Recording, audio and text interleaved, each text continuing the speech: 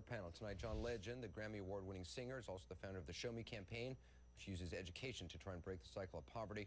Also with us, senior political analyst David Gergen, conservative activist Nick Lott. He spoke at a Tea Party protest in D.C. over the weekend, and political analyst Roland Martin. Roland, let's start with you.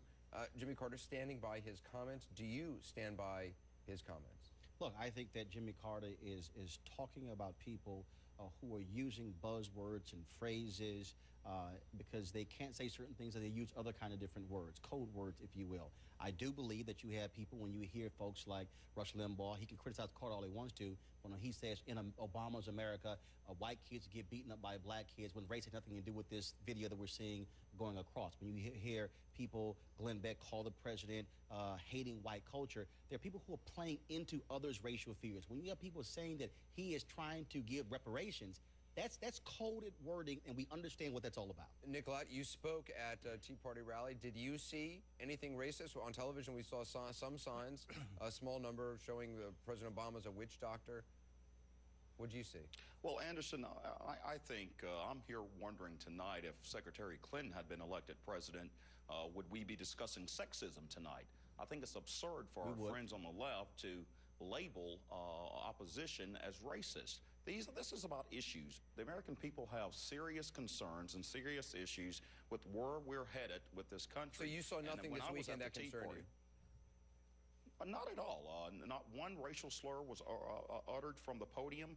This weekend, what I saw were concerned citizens from across America who want to make sure that the government's not intruding in their lives, not continuing to take over private entities, not continuing to increase the deficit. Right. American people are concerned, and now they're voicing their opinions. They're standing up for freedom and liberty, and we should not be called racist for doing so. John Legend, when you heard the president's comments, what did you think?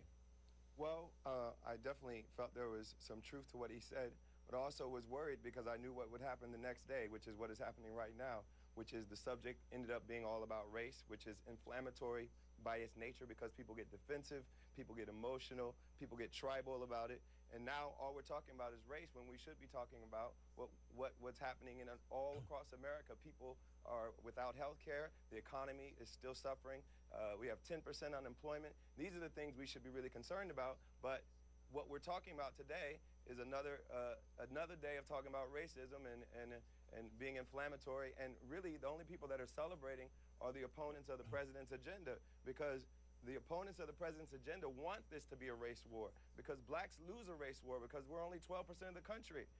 They want this to be a race war. I don't want a race war. Well, President Obama doesn't want a race war. All right, we're going to take a short break. We'll be right back. More of our panel ahead. Bill Cosby also weighing in. He spoke out